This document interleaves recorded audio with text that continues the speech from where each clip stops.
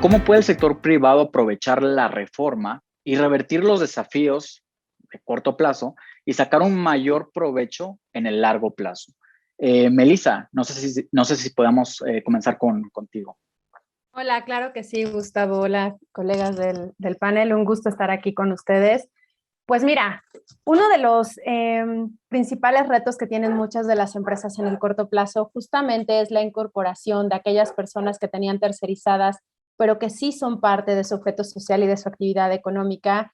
Y esto obviamente para las empresas conlleva una carga administrativa pues muy grande para la que muchas de ellas no estaban preparadas. Pero también en el largo plazo es una oportunidad de aumentar la productividad. Y tú dirás, bueno, Melissa, ¿cómo? Para muchos de los empleados que trabajaban en estas empresas, era un anhelo, un sueño pertenecer a la empresa para la que estaban prestando sus servicios. Entonces, ahora que se incorporan a la empresa, vienen motivados, traen compromisos, se les está cumpliendo a muchos ese sueño que tenían.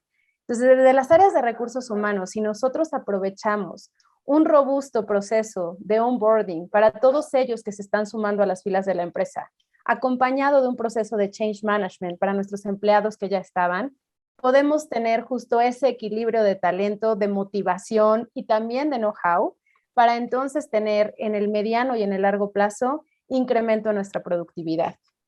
Otro de los retos en el corto plazo, pues es la inversión económica que muchas de las empresas tenemos que hacer justo para regularizar toda esta inserción a la nómina o para manejar la administración que no estaba contemplada, pero esto nos lleva a que muchas empresas tengan que replantearse los esquemas de compensación y moverse hacia esquemas de compensación flexible o variable, que esto de entrada es para responder a la salida financiera que estás teniendo, a la salida económica que estás teniendo, pero que en el largo plazo te va a generar ahorros y que también te genera más satisfacción y atiende más a las necesidades de las generaciones nuevas que no buscan ya robustos procesos de compensación en el largo plazo, sino quieren ver materializado de forma inmediata la productividad y lo que están aportando a la empresa, ¿no?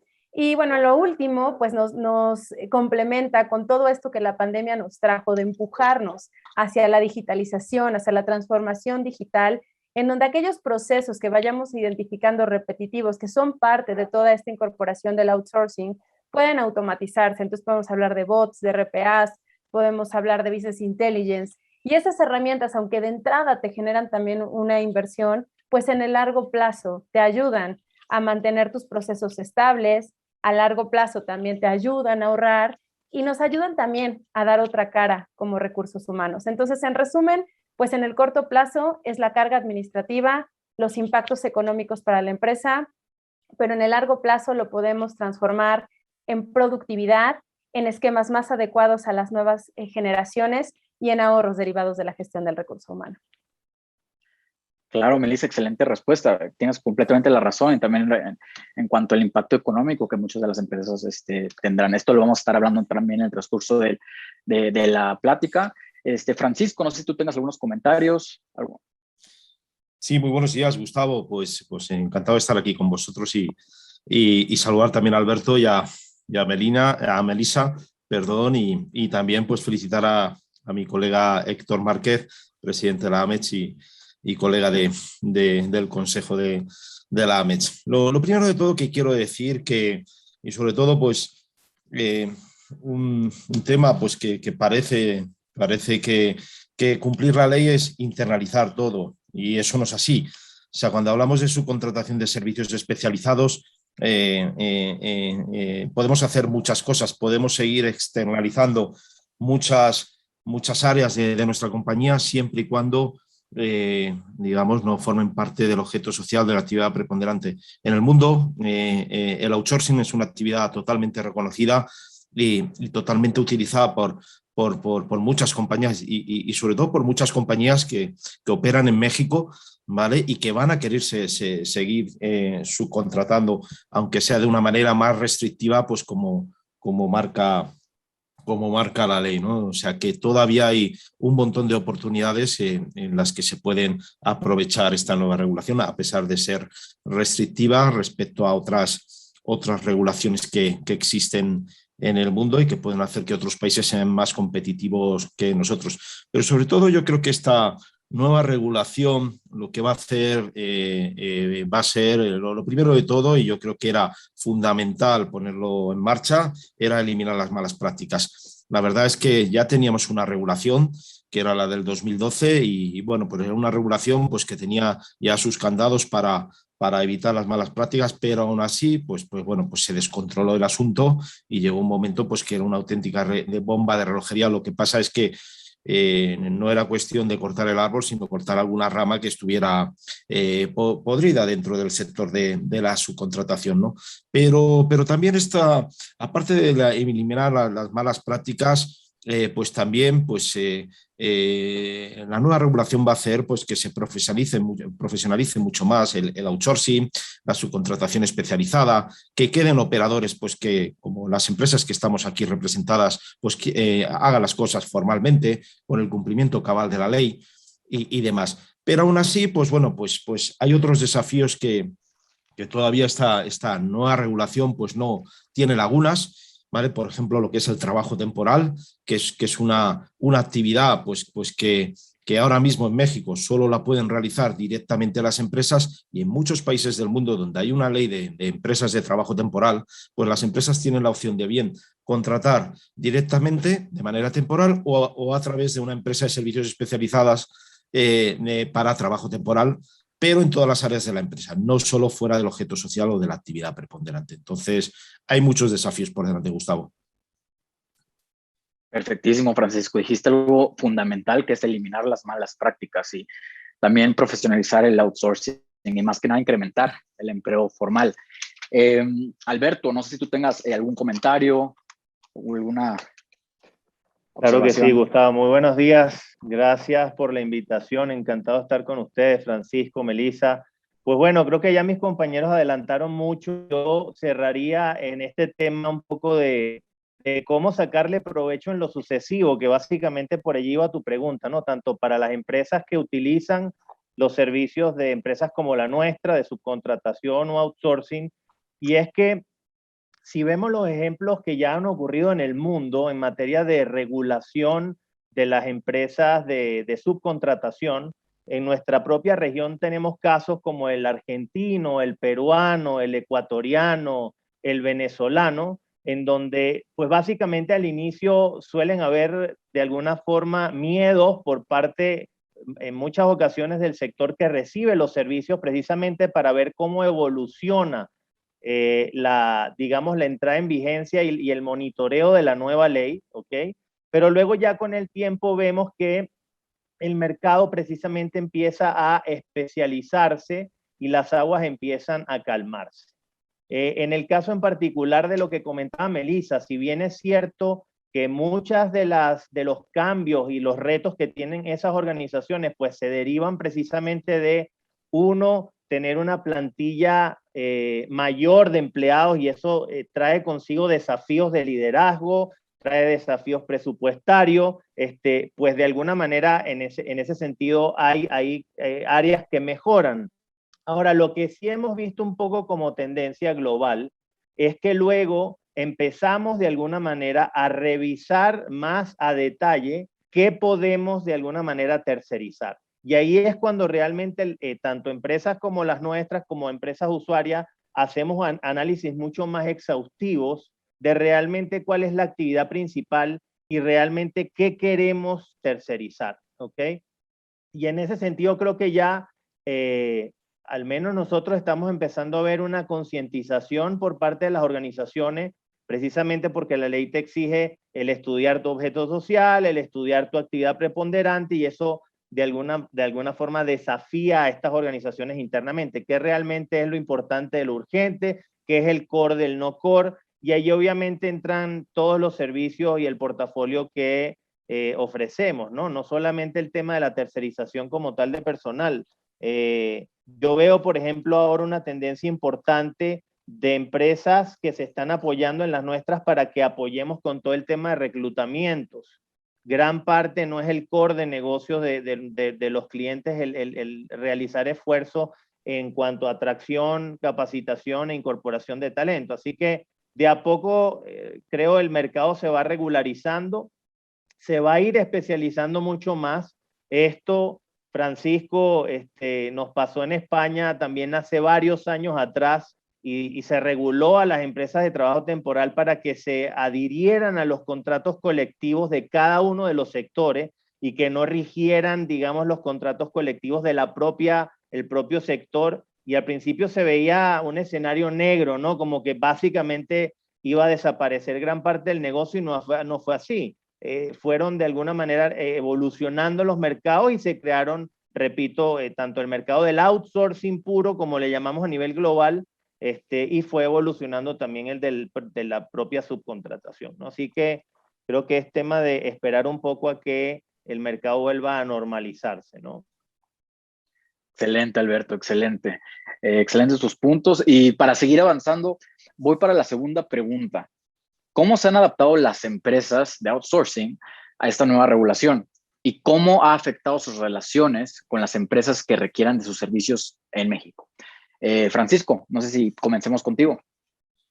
Sí, muchísimas gracias, Gustavo. Bueno, la verdad es que en el short time la industria de la subcontratación pues ha sufrido una caída de ventas importante, sobre todo porque se ha depurado, ¿no?, todas las actividades de subcontratación pues, que teníamos dentro de actividades core, del objeto social o de la actividad preponderante, y eso ha hecho pues, que gran parte del negocio que nosotros teníamos vinculado, digamos, al core business de las compañías, pues ha desaparecido, ¿no?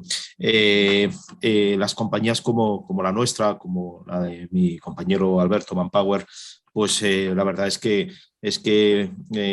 nos hemos adaptado rápidamente, también porque la ley nos obligaba a adaptarnos rápidamente, y hemos cambiado nuestras estructuras organizacionales, nuestro portfolio de servicios, incluso nuestra estructura societaria, para rápidamente adaptarnos a la cabalidad de la ley y desde el minuto uno estar totalmente preparados para dar servicios a nuestros clientes en base a la nueva regulación, ¿no? Entonces, bueno, pues mi compañía está totalmente lista y preparada para dar servicios especializados en todos los ámbitos que me pueda precisar un cliente, ¿no? Además, pues bueno, en todo este proceso también hemos tenido que hacer un proceso bastante complejo de registro, y bueno, pues con algunas dificultades que otras, no tanto por nosotros, sino por las diferentes plataformas tecnológicas que nos estaban poniendo a nuestra disposición, pero bueno, ya está totalmente completado y estamos listos para actividades de servicios especializados con el registro correspondiente. Yo creo que los que más han sufrido pues han sido los mismos clientes, ¿no? O sea, porque digamos, ese contingente de workforce pues que tenían externalizado, que formaban parte de su objeto social o de su actividad preponderante, pues los han tenido que internalizar, ¿no? Y muchos de ellos, pues a lo mejor no tenían sus estructuras adaptadas para asumir tanta gestión de repente. Sus presupuestos pues se han distorsionado porque a lo mejor no tenían previsto internalizar tanta gente, han tenido que hacer unos procesos de homologación de sus proveedores de servicios especializados muy exhaustivos, garantizando que todos ellos a partir del 1 de septiembre tuviesen el REPSE. No todos lo han podido conseguir, pues como las empresas que estamos aquí representadas, de una manera rápida, eficiente y efectiva. ¿Vale? Pues algunos proveedores, empresas más pequeñas, pues han sufrido para conseguir su REPSE, y empresas pues que tienen total disponibilidad para poder seguir operando, ¿no? Pero lo que pasa es que no entendían cuál era el proceso de registro. Entonces, bueno, pues ha sido, digamos, un tiempo bastante complejo. Pero bueno, ya lo tenemos y con eso hay que convivir. Excelente respuesta, Francisco. Lo que ya están, ustedes con manos a la obra. ¿Y cómo afectó la relación o qué consejos le darían a las demás empresas para tener una buena relación con las empresas con las que están trabajando? Bueno, la verdad es que el único consejo que diría, digamos, a las empresas en general, pues que se tomen muy en serio la ley, que la ley ha venido para quedarse, la ley hay que cumplirla, no como la anterior regulación, que seleccionen adecuadamente a su proveedor, que se aseguren que su proveedor es una empresa solvente, seria, con respaldo y que tiene su registro y que la compañía que le da servicios sea realmente una compañía de servicios especializada y no sea una compañía tapadera o le ofrezca cualquier tipo de simulación, porque las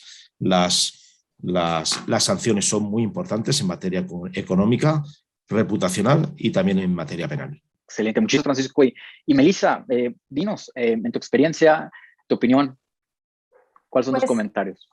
Ya como Gustavo lo decía, ¿no? Creo que se han ajustado operativamente y también haciendo algunas modificaciones en las competencias de los equipos, haciendo reskilling, ¿no? Con esto del servicio especializado. Hay empresas, como Francisco lo decía, ¿no? Ya muy fuertes, muy grandes, en las que la transición fue muy rápida, y hay otras en las que el análisis ha sido un poco más lento, siempre cuidadosas de atender lo que la ley está exigiendo.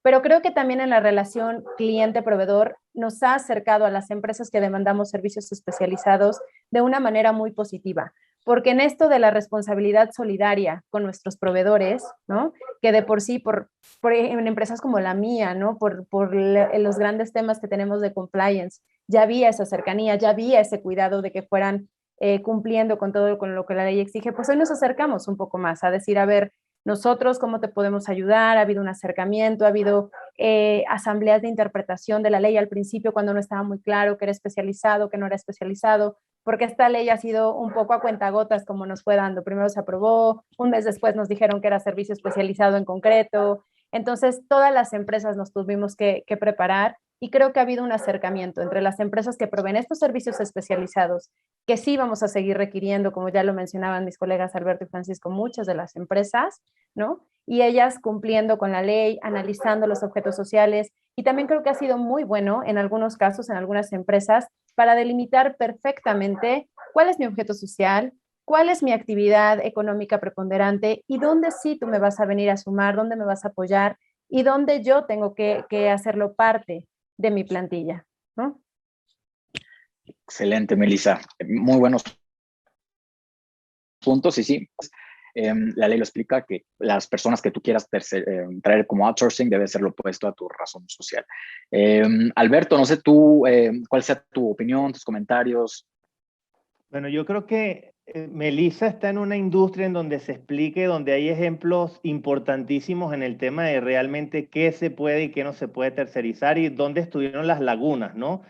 Y precisamente el ejemplo automotriz nos ayudó, entre otros sectores, a empezar incluso también a guiar un poco a la autoridad, porque al principio un poco, y como comentaba Kiko, el tema del espíritu de la ley es precisamente el sacar un poco del mercado a las empresas que no lo estaban haciendo de la manera correcta, que estaban defraudando al fisco, que estaban subregistrando salarios, que estaban pagando por honorarios profesionales o salarios asimilados, etcétera. Ese es el espíritu que hay detrás de la ley. Ya luego, cuando empiezan a redactar es que se empiezan obviamente a dar cuenta del hilo fino, ¿no? O sea, qué realmente deberíamos o no incorporar en los diferentes parágrafos de la ley.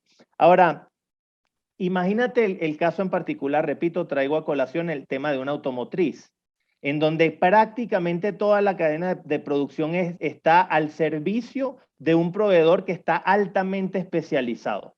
Si tú ves el objeto social de una automotriz, seguramente va a salir algo parecido como comercialización, fabricación, ingeniería y más de tecnologías que apunten a el tema de transporte vehicular, etcétera.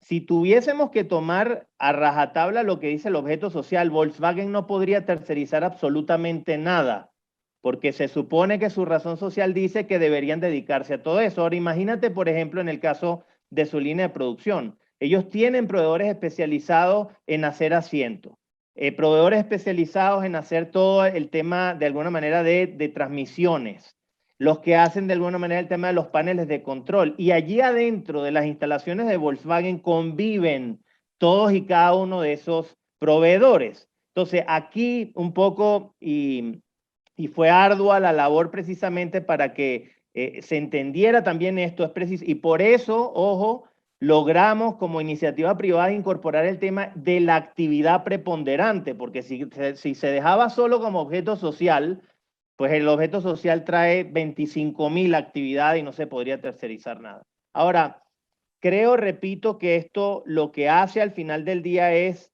desafiarnos a todos precisamente para buscar cada día más niveles de especialidad muchísimo más altas, para entender precisamente desde el área de recursos humanos, como Melissa, como cabeza en el caso de HR de Volkswagen, precisamente entender cómo podemos hacer las mejores sinergias y apoyarnos mutuamente. Francisco también lo decía claramente, o sea, no se trata de que ahora lo mejor es que todas las empresas internalicen, porque repito, hemos visto a lo largo de la transición que muchas de las empresas transnacionales, desde mi humilde punto de vista, se dejaron intimidar mucho por los despachos legales. Y entonces tú ves de repente bancos que internalizaron áreas que no tienen nada que ver con su actividad financiera. Y un poco precisamente por este temor, tanto penal como fiscal, de las represalias que podrían tener por temas de... Repito, cuando ya un poco, ya se está viendo, cuando ya las aguas se calmen, hemos visto realmente un espíritu bastante colaborativo por parte de la autoridad. La intención es, pues sí, perseguir a los que no siguen con la ley y los que sí la cumplimos a cabalidad, pues que definitivamente nos permitan seguir trabajando de la mejor manera, pues allí definitivamente seguiremos haciendo las mejores sinergias, tanto con el sector de las transnacionales como sobre todo el sector de pymes, que fueron uno de los más afectados precisamente por la reforma. Lanzamos a la informalidad, Kiko, corrígeme si me equivoco, pero cerca de 900,000 personas. Y esas personas van a engrosar aún más las filas del empleo informal, que dicho sea de paso, todavía no hemos llegado a cubrir el déficit de la pandemia del año pasado. El año pasado cerramos por ahí de 600, 700,000 empleos en negativo. Veníamos relativamente bien hasta el tercer trimestre de este año y nuevamente estamos de alguna forma precarizando el empleo. Así que yo de verdad espero que podamos rápidamente adecuarnos, tanto clientes y usuarios como nosotros, para seguir retornando más empleos dignos y formales al sector de la economía mexicana. Excelente, Alberto. Y bueno, aquí para no cortarte tu inspiración y seguir con tu expertise, te voy a hacer la siguiente pregunta, al igual que a Francisco. Bueno, comenzando contigo, pero ¿qué factores deben tener en cuenta antes de solicitar un amparo? Y de ser así, ¿es beneficioso para todas las empresas o solo para unas pocas? Mira, en efecto, dentro de la Asociación Mexicana de Empresas de Capital Humano, tuvimos de alguna manera reuniones precisamente porque era una posibilidad el tema de ampararnos, ¿no? Y si bien obviamente habían un sinnúmero importante de causas que básicamente sí iban a favor del amparo, en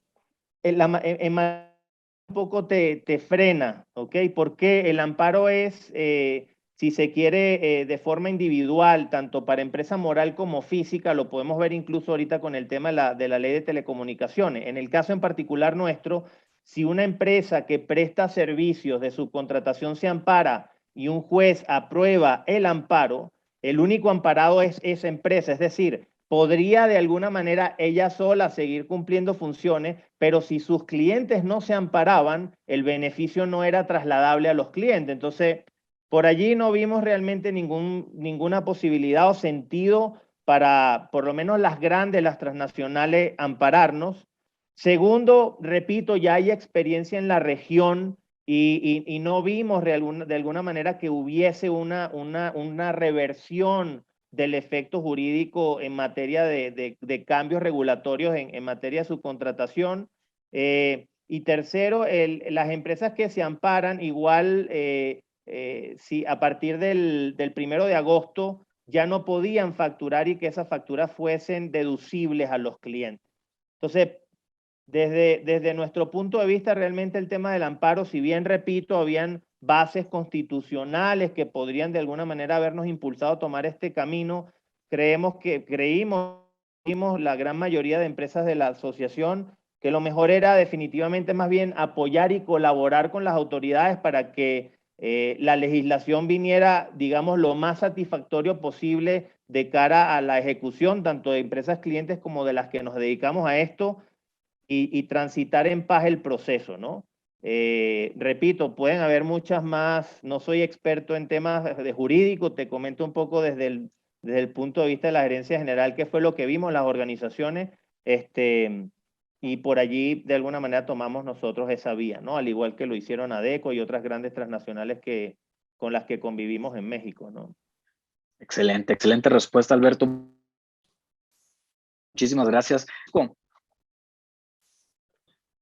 Sí, Gustavo, pues nada, yo suscribo totalmente las palabras de mi colega Alberto, ¿no? Lo evaluamos como asociación de empresas de capital humano, lo evaluamos como compañía y la verdad es que, bueno, pues también coincido, ¿no? Pues que había ciertas cosas que sí que daban lugar al amparo, pero bueno, estamos hablando también de una regulación pues que tenía toda la buena intención del mundo, que era eliminar las malas prácticas, generar empleo formal. Otra cosa es que no fuese, digamos, la mejor ley o tuviese lagunas o se olvidase cosas como por ejemplo el trabajo temporal, que siempre desde la asociación, desde el principio, cuando empezamos a ver los primeros textos, los primeros borradores, vimos que ese tema pues prácticamente, bueno, no se tocaba y se eliminaba la posibilidad de que una compañía pudiese contratar una empresa de trabajo temporal,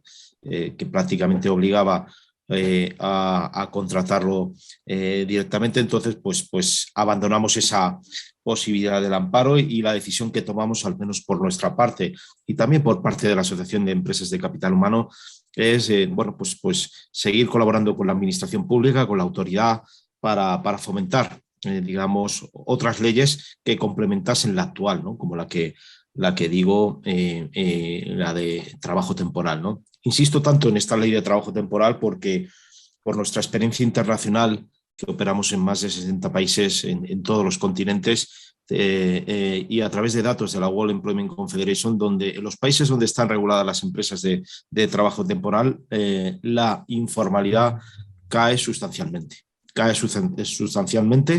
Y por otro lado, se abren las puertas a colectivos desfavorecidos, ¿vale?, que tienen mayores dificultades para encontrar empleo, como son los jóvenes, como son las personas mayores de 45 años, como son las mujeres, o como son las personas con capacidades diferentes. En países de Europa, por ejemplo, en Francia, cualquier universitario que acaba su licenciatura, al primer sitio que se dirige es a una empresa de trabajo temporal a buscar su primer empleo, ¿vale? Y hay una media, pues que estos estudiantes recién egresados están durante 2 años trabajando con una empresa de trabajo temporal, probando en diferentes compañías y bueno, pues ya pasado ese periodo, ellos deciden en qué compañía se quedan o bien la compañía en la que han estado trabajando decide contratar directamente.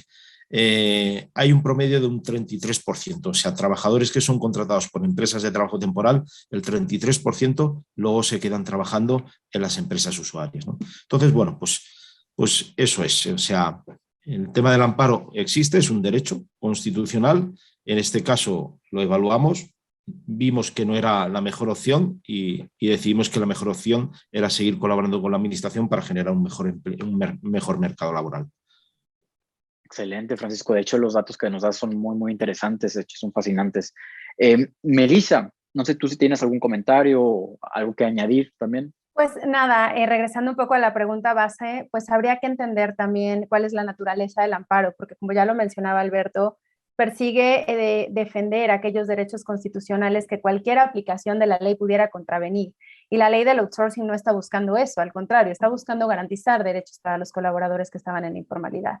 Ahora, si es benéfico o no para cada empresa, pues también habría que analizar el modelo de negocio de cada empresa. Fue muy sonado el caso de una empresa de alta cosmética, ¿no?, de ventas directas, que tuvo el primer amparo otorgado en Nuevo León. Entonces, porque ellos, el 100% de su negocio está basado en la subcontratación. Hubo algunas otras empresas, al 21 de junio ya se hablaba de 17 empresas que habían solicitado un amparo para una prórroga de la aplicación, porque realmente en esta ley, la aplicación de la ley fue muy rápida. Nos dieron 90 días para cumplir con todo y eran demasiados temas, o son demasiados temas con los que tuvimos que cumplir en un lapso de tiempo muy corto. Entonces también habría que entender el para qué. Y también hoy en día el plazo para presentar cualquier amparo pues fue el 6 de junio. Entonces contra la ley en sí ya no se podría presentar un amparo por parte de ninguna empresa, pero sí contra los primeros efectos de esta ley, como es el registro, ¿no?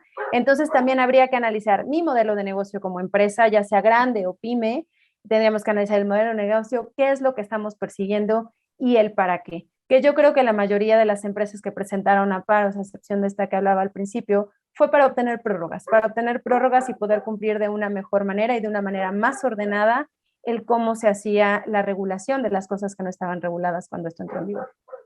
Y dicho sea de paso, si me permites, Gustavo, en parte también quisimos y externalizamos de alguna forma nuestro deseo de la administración pública de que no fuese un trato preferencial el tema de que el periodo de transición para la administración pública fuese hasta el año que viene y para el caso del sector privado fuese solo de 3 meses. Fíjate que igual al final hicieron una extensión de un mes adicional. Nosotros, repito, casi todas las transnacionales estuvimos ya en tiempo. Es más, la prórroga se notificó una vez que ya había vencido el plazo. O sea, no nos dieron mucho chance definitivamente, así que coincido con Melissa, un poco el amparo iba en función a la finalidad o al uso extensivo o no de la subcontratación y cómo repercutía dentro de tu negocio, ¿no? Pero sí, a nosotros solo 90 días y a la administración pública hasta el año que viene. Claro, no, eso es excelente, Melissa, Alberto, Francisco, excelentes puntos que dieron. De hecho, espero, bueno, todos aquí estamos aprendiendo de su expertise. Alberto, aprovechando que te tengo aquí, te quiero hacer una pregunta, ya es la última.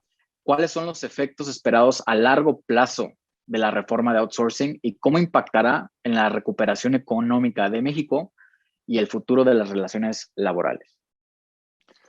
Bueno, yo creo que es la pregunta del Santo Grial.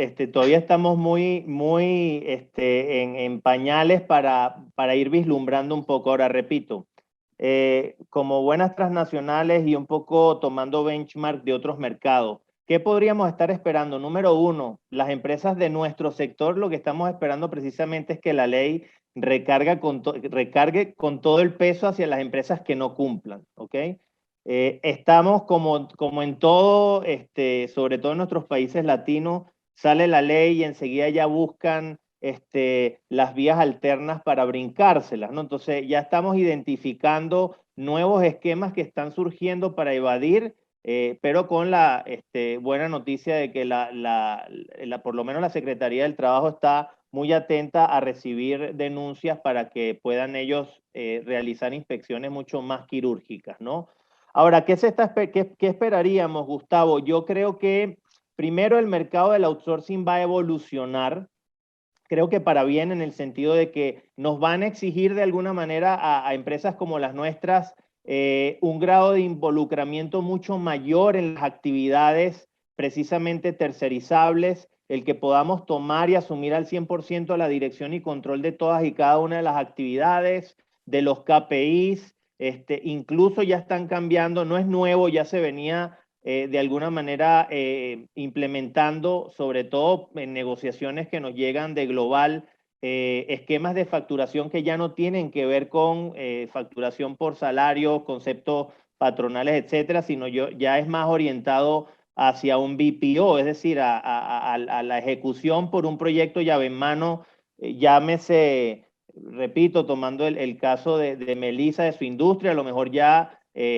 tendremos que cobrar por servicios de cantidad de equipos montados en camiones o cantidad de unidades donde se le instalaron X partes automotrices al chasis general de un vehículo.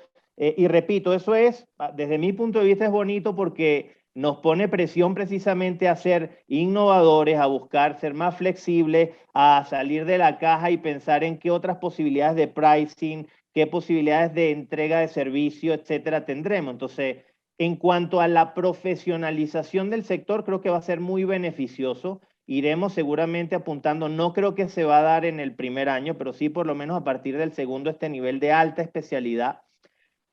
De cara al empleo, repito, habrá que ir monitoreando qué es lo que la autoridad va a hacer en materia de fiscalización, porque si empiezan a proliferar de vuelta empresas de este estilo, no hicimos nada, como bien decía Kiko, cortaron de raíz el árbol en vez de cortar un poco nada más las zonas que estaban afectadas. Pero repito, estamos al menos todas las grandes empresas que nos dedicamos a esto de manera formal, ética, que estamos comprometidos con los 17 principios de Naciones Unidas de sustentabilidad, que estamos obviamente apostando por la capacitación. Melissa hablaba algo muy importante y es el tema del reskilling y el upskilling, y es algo que nosotros obviamente ya, al menos desde el punto de vista de Manpower Group, hemos venido trabajando con nuestros asociados directos, precisamente para prepararlos ante el switch en las necesidades de habilidades que el mercado mexicano y global obviamente exige hoy, a raíz obviamente de los efectos de la pandemia, ¿no? Excelente, Alberto. De hecho, sí mencionaste algo muy interesante, los objetivos de desarrollo. El objetivo número 8 es el del trabajo decente y el crecimiento económico, ¿no? Tener un trabajo digno es esencial para toda la humanidad, ¿no? Y tener derechos laborales. Melissa, no sé tú cuál sea tu opinión, cuáles sean tus comentarios. Pues justamente apalancándome también en lo que hablaba Alberto, ¿no? De la innovación y el desarrollo de las competencias. Yo creo que algo que sí trae esta ley es que nos permite, nos va a exigir o nos va a demandar competencias y gente más preparada hacia la especialización. Entonces ese va a ser un nicho de mercado que se va a empezar cada vez a ser más grande, pero también va a abrir un nicho de especialización para aquellas empresas innovadoras que ofrezcan soluciones tecnológicas, sobre todo para las startups de tecnología, que ya traían una inercia también que se fortaleció desde la pandemia y que hoy te están ofreciendo no solo para administrar tus recursos, sino también para cómo monitorear que tus empresas prestadoras de servicios especializados están cumpliendo con lo que tienen que cumplir. Entonces, se abrió una gama de servicios tecnológicos que obviamente también contribuye con la recuperación económica. Ahora, también coincido con Alberto, es muy pronto para decir cómo va a ser esto, porque también lo tenemos que analizar como desde una vista de helicóptero más arriba, porque esta ley del outsourcing en combinación con el aumento del salario mínimo, con la reforma de la ley de las aportaciones patronales a la seguridad social, ¿no? Tienen muchas implicaciones en el mundo empresarial, en el mundo económico, pero ya lo iremos viendo a poco. También considero que se van a abrir o se van a fortalecer otros tipos de relaciones laborales como lo es por honorarios. Tal vez este esquema empieza a tomar más fuerza, que también cumple con lo que tiene que cumplir, ¿no? Pero que es diferente a lo que veníamos manejando. Entonces, en esos puntos, creo que esta pregunta te la puedo responder. Melissa, coincido muchísimo contigo, siento que también muchas de las cosas se van a digitalizar y también va a estar utilizando otro tipo de personal, ya va a ser todo robotizado. Las maquinarias, en vez de contratar más personal, a lo mejor las empresas van a buscar esa necesidad y tratar de erradicar pues esto, ¿no? Ya sea de una manera más tecnológica o una manera pues con la nueva ley también, ¿no? Francisco, no sé tú cuál sea tu opinión, cuál sea tus puntos. Muchísimas gracias, Gustavo. Pues bueno, nosotros lo que esperamos es que con este electroshock que ha sufrido el mercado laboral, pues muchas empresas aprendan, ¿no? Y sobre todo, aprendan de una vez pues que hay que cumplir la ley, tanto empresas de subcontratación como empresas que contrataban este tipo de compañías que ofrecían esquemas fiscales, y esperemos que con esta nueva regulación, al menos con todo el efecto mediático que ha tenido alrededor, ¿vale? Pues las empresas se abstengan de contratar este tipo de servicios que, como decía Alberto, pues bueno, pues a pesar de esta regulación, pues ya están saliendo en el mercado pues empresas pues que siguen ofreciendo darle un poquito la vuelta a la ley, también pues derivando a servicios profesionales cuando no son servicios profesionales, etc., ¿no? Entonces, bueno, pues esperemos que con esta nueva regulación, ¿vale?, se crezca el grado de formalidad en la gestión de los negocios, en la gestión de los recursos humanos y también en la generación de empleo formal. También esperamos pues que esta nueva regulación pues que ha destapado pues, bastantes debilidades del mercado de relaciones laborales de México, abra otras oportunidades, ¿no? Para fortalecer precisamente ese modelo de relaciones laborales, por ejemplo, pues en un tema pues, que es fundamental para cualquier economía que quiera ser de las primeras del mundo, como México quiere ser y tiene la fortaleza para poder ser, que es el fortalecimiento de las competencias profesionales de sus trabajadores, ¿no? Y bueno, pues promoviendo pues a lo mejor, pues como existe en otros países, como puede ser en Chile, como puede ser en España, como puede ser en Francia, como puede ser en Italia, ¿vale? Por ejemplo, entre otros países, pues una ley que fomente la formación continua de los trabajadores, ¿vale? Pues estableciendo pues fondos que se puedan poner en común entre la administración pública, los trabajadores y las empresas para que se fomente la formación continua de los trabajadores, algo que yo que he trabajado en 5 países, pues es una cosa que echo de menos y que yo creo que deberíamos promover.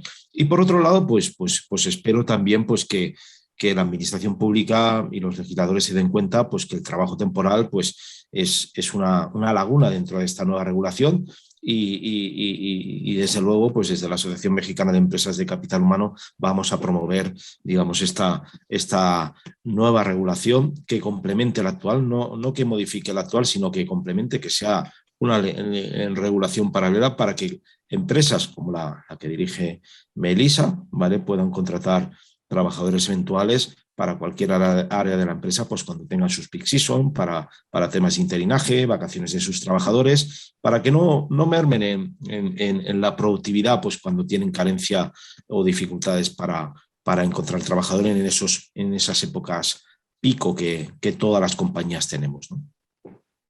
Excelente, Francisco. Muy buenos puntos.